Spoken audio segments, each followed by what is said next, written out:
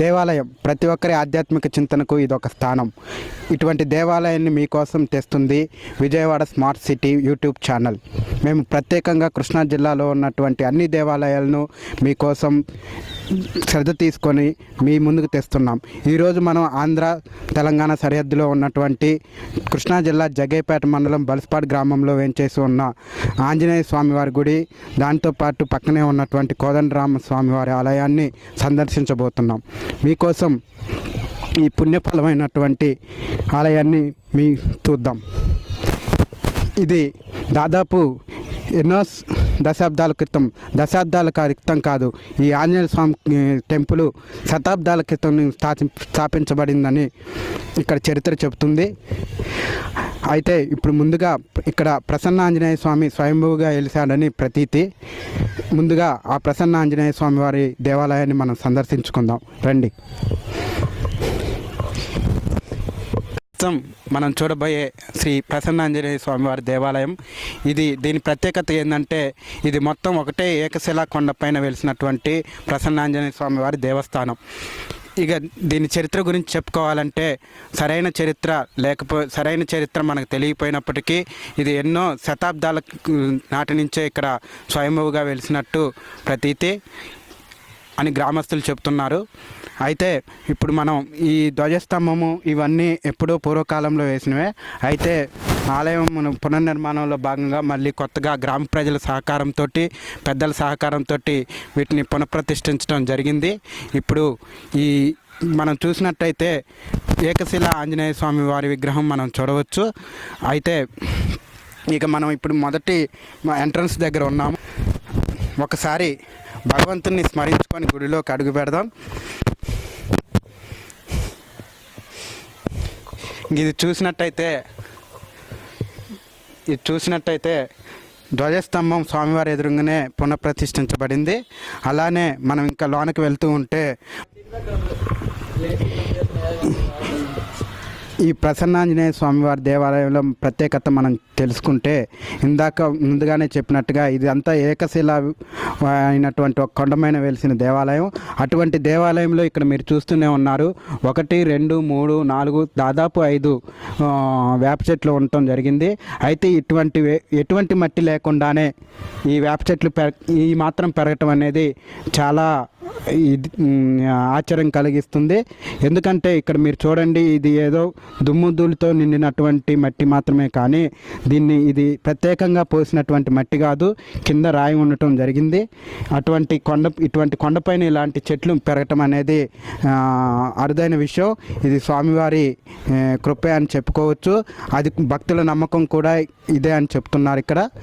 ఇక మనం మెయిన్ దేవాలయానికి వెళ్ళటం జరుగుతుంది. మనము ప్రసన్నాంజనేయ స్వామి వారి దగ్గరికి వచ్చాం. ముందుగా ప్రసన్నాంజనేయ స్వామి వారికి వచ్చినట్టు ఒక గంట కొట్టుకుందాం.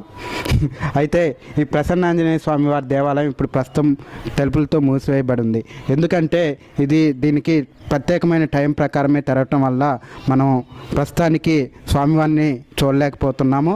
అయితే పక్కనే ఉన్నటువంటి రామాలయం ఉంది, ఆ రామాలయాన్ని కూడా మనం దర్శించుకుందాం. అయితే ఈ రామాలయం అనేది కొత్తగా నిర్మించడం జరిగింది. శ్రీ ప్రసన్నాంజనేయ స్వామి, శ్రీ కోదండరామ స్వామి ఆలయం ఉన్నటువంటి శ్రీ రామగిరిపై మనం ఉన్నాము. ప్రస్తుతం ఇక్కడ యొక్క విశిష్టతలు తీసుకున్నట్టయితే ఇక్కడ ఈ కొండ అంతా కూడా ఏకశిలతో తయారైనటువంటి కొండ. ఇది మొత్తం 5 ఎకరాల్లో విస్తరించి ఉంది. అదేవిధంగా ఈ కొండపై విశిష్టత చూసుకుంటే ఇక్కడ మొత్తం కొండ అయినప్పటికీ, రాతి కొండ అయినప్పటికీ దీని మీద వేప చెట్లు పెరగటం అనేది ఇక్కడ యొక్క గొప్పతనం. అదేవిధంగా ఇక్కడ విశిష్టతలు చూసుకున్నట్టయితే ఇక్కడ దగ్గరే ఉన్న కోనేరు, అదేవిధంగా పాలగుంటలు, అదేవిధంగా స్వామివారి పాదాల అచ్చులు, ఇవన్నీ మనం ఈ దేవాలయంలో చూడవచ్చు. దీనికి స్పెసిఫిక్గా చరిత్ర అనేది ఎవరికీ తెలియకపోయినప్పటికీ ఇది శతాబ్దాల కాలం నుంచి ఈ గుడి ఉందని చెప్పి మనకి పూర్వం నుంచి ఈ గుడికి ఎంతోమంది భక్తులు వారి యొక్క కోరికలను తీర్చుకోవటానికి, వారి దేవుణ్ణి దర్శించుకోవటానికి వస్తున్నారన్నట్లు తెలిసింది.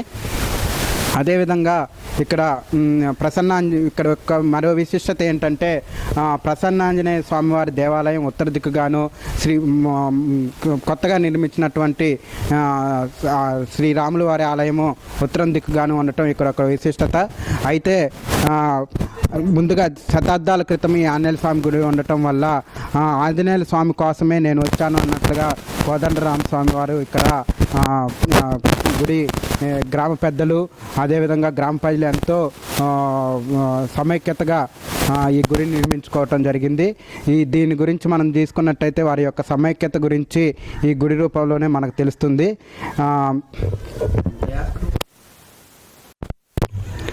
మనం కోనేరుని చూసుకున్నట్టయితే ఇది ఒక పడవ ఆకారంలో ఉండటం జరిగింది.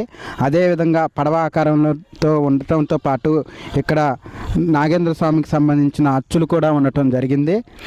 ఇంకా కిందకి వెళ్ళి మనం కోనేరుని చూద్దాం. ఇక్కడ నుంచి చాలా అందంగా ఒక పడవ ఆకారంలో ఉండటం మీరు గమనించే ఉంటారు. ఇక మొత్తం కోనేరు ఎప్పుడు ఎండని కోనేరు ఇది. ఎప్పుడైనా ఎండాకాలం అని కాదు, వానాకాలం అని కాదు, ఏ కాలంలోనైనా నీరు ఉండే కోనేరు ఇది. కాబట్టి ఇది నిత్య సంజీవని లాగానే నిత్య జలజీవని అని చెప్పుకోవచ్చు. మనం ఇక కిందకి వెళ్ళి ఈ కోనేరుని సందర్శించుకున్నాం. ఇప్పుడు మనం కోనేరు దగ్గర ఉన్నాము. ఇది ఎంత ఎండాకాలం అయినా సరే వాటర్ ఇంకిపోవని మా పెద్దలు చెప్తూ ఉంటారు. ఇది మొత్తం 5 ఎకరాల బండ అండి. చుట్టూరు 5 ఎకరాల బండ ఉంది.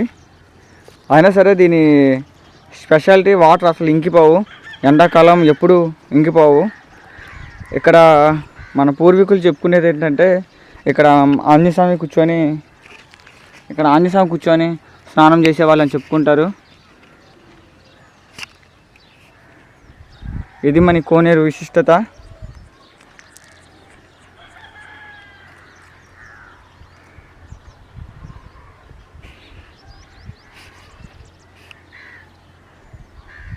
దీంట్లో ఎప్పుడు వాటర్ నిండుగానే ఉంటుంది.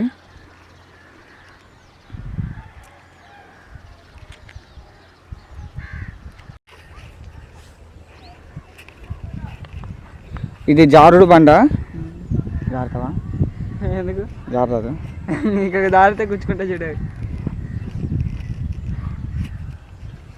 ఇది మన ఆంజనేయ స్వామి పాదాలు అని చెప్పుకుంటూ ఉంటారండి. చూడండి షేప్. ఇది మన ఆంజనేయ స్వామి పాదాలు. ఇక్కడ జారుతూ ఉంటారు పిల్లలు వచ్చేసి.